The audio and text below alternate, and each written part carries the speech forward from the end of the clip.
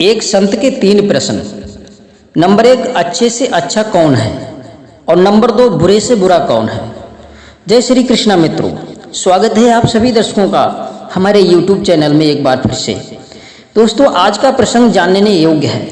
आपसे निवेदन है कि वीडियो को पूरा अवश्य देखें।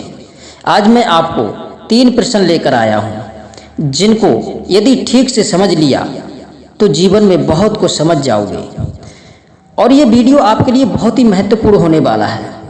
प्रश्न मैं आपको सुना ही चुका हूँ कि अच्छे से अच्छा कौन है और बुरे से बुरा कौन है। बाद में आता है, पहले जाता है कौन। मित्रों, इस संबंध में मैं आपको एक छोटा सा प्रसंग सुनाता हूँ। एक बार कुछ शिष्यों ने अपने गुरु से पूछा कि हे गुरुदेव, हमें किस प्रकार के आचरण वाले लोग का साथ नहीं करना चाहिए और ना ही उनसे मित्रता करनी चाहिए जो हमारे लिए विपत्ति या अनिष्ट का कारण बन सकते हैं। संसार में अनेकों प्रकार के लोग हमारे जीवन में आते हैं और अपनी प्रवृत्ति के अनुसार व्यवहार करते हैं। किसका व्यवहार हमारे लिए हितकर होता है और किसका दुखदायक होता है, इस बात का हम कैसे पता करें? कौन व्यक्ति त्याग देने योग्य है और कौन नहीं? गुरु ने कहा, पुत्रों, मेरे मुख में ध्यान से देखो और बताओ तुम्हें क्या दिख रहा है। शिष्यों ने कहा, गुरुदेव, आपके मुख में तो सिर्फ जीभ ही जीभ दिख रही है, दांत तो एक भी नहीं है, सारे दांत निकल चुके हैं। गुरु ने कहा, बेटे, एक बात बताओ, जीभ तो हमारे पास तब भी थी जब हम पैदा हुए थे और जीभ हमारे साथ तब भी रहेगी जब हम मर जाएंगे, परंतु दांत तो हमें हमारे जन्म के बाद मिले हैं और मृत्यु आने से पहले चले भी गए। इसका क्या कारण है? गुरु की बात सुनकर सारे शिष्यगण शांत हो गए। किसी के पास कोई जवाब नहीं था। गुरु ने कहा, देखो, जीभ हमारे मुंह के अंदर अभी भी है। इसका कारण है कि जीभ कोमल होती है, इसलिए वह अभी तक टिकी हुई है। दांत पहले इसलिए उखड़ गए कि वे कठोर थे, उनके अंदर अकड़ थी। उन्हें इस बात का घमंड था कि वो यदि काम करना छोड़ दें तो पूरा शरीर निस्तेज हो जाएगा। उनकी वजह से ही शरीर का पोषण हो रहा था। पूरे शरीर के अंदर मैं ही सबसे शक्तिशाली चीज हूँ। इसी अकड़ ने उन्हें पहले गिरा दिया और उनकी सारी अकड़ धरी की धरी रह गई। जीभ अभी भी इसलिए टिकी हुई है कि उसके अंदर झुकने का गुण है, विनम्रता है। उसे जिधर झुकाना चाहो उधर झुक जाएगी। उसमें कभी अकड़ नहीं आई, कभी उसके अंदर अभिमान नहीं आया कि उसके काम रोकने पर शरीर का विकास रुक जाएगा। विनम्रता मनुष्य को बहुत आगे तक ले जाती है। विनम्र लोगों के साथ रहने से सुख का अनुभव होता है।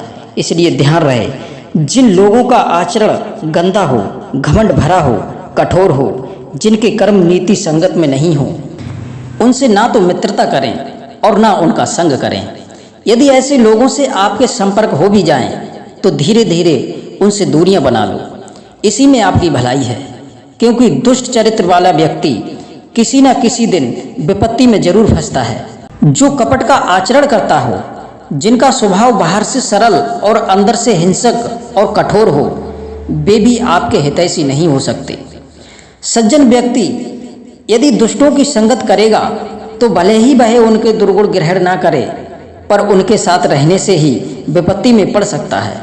जैसे जीभ और दांत साथ साथ रहते हैं, पर कभी कभी जीभ दांतों से चोट खा जाती है। दूसरी बात, आपके व्यवहार में कठोरता दांतों की तरह जल्दी उखाड़ फेंकती है। इसलिए हमेशा विनम्र बनकर के रहना चाहिए। गुरु बोले, बेटा, तुम्हारा दूसरा प्रश्न है कि अच्छे से अच्छा कौन है। देखा जाए तो दुनिया में अच्छे बुरे 2 प्रकार के लोग होते हैं। मनुष्य अपने आचरणों से ही अच्छा बुरा कहलाता है। क्या अच्छे से भी अच्छा कोई होता है? इसका उत्तर है कि नीति संगत तरीके से, धर्म और सत्संग के साथ काम करने वाला व्यक्ति अच्छा कहलाता है। जब हमारे कर्म दूसरों को आकर्षित करते हैं, हमारा व्यवहार लोगों को पसंद आता है, हमारे आचरण से उन्हें सुख की अनुभूति होती है, तभी लोग हमें अच्छा बोलते हैं। बिना परोपकार किए मनुष्य अच्छा तो होता है, क्योंकि वह धर्म अनुसार जीवन जी रहा है, चोरी चुगली झूठ नहीं बोल रहा है, छल कपट का आश्रय नहीं ले रहा है, हमेशा सत्य बोल रहा है, ईमानदारी से परिश्रम करके जीवन यापन कर रहा है। लोगों की नज़रों में ऐसा व्यक्ति अच्छा तो होता है, पर जब उसके अंदर परोपकार का भाव आ जाता है, दुखी पीड़ितों की सेवा सहायता करने का भाव आ जाता है, तब वह अच्छे से अच्छा बन जाता है। ऐसे व्यक्ति का आचरण स्वयं दुख सहकर दूसरों को सुख पहुंचाने का काम करता है। ऐसा व्यक्ति जो कभी अपने शत्रुओं का भी बुरा नहीं चाहता, यदि उससे जलने वाला, उससे दोष करने वाला भी उसकी शरण में आ जाता है तो भी उसका व्यवहार वैसा ही होता है।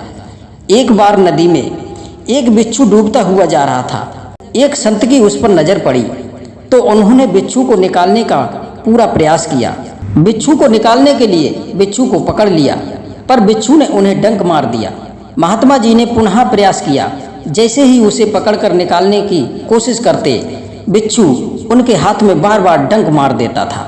2-3 बार बिच्छू के डंक मारने के बावजूद भी संत ने उसे बचाने का ही मार्ग चुना और उसे गंगा से बाहर निकाल दिया। संत ने सोचा कि इसका स्वभाव है डंक मारना और मैं मनुष्य हूँ, मेरा स्वभाव है इसको बचाना। स्वयं दुख सह करके जो दूसरों को सुख पहुँचाता है, भाई अच्छे से भी अच्छा कहलाता है। गुरु ने कहा, बेटे, बुरे से बुरा होता है जिसके कर्म अधर्ममय होते हैं। वह तो बुरा होता ही है, पर जो अपराध को जघन्य अपराध बना दे, वह बुरे से भी बुरा होता है। जैसे एक उदाहरण के द्वारा मैं आपको समझाऊंगा। एक बार की बात है, एक गरीब बुढ़िया गरीबी के दिन काट रही थी। उसका कोई सहारा नहीं था।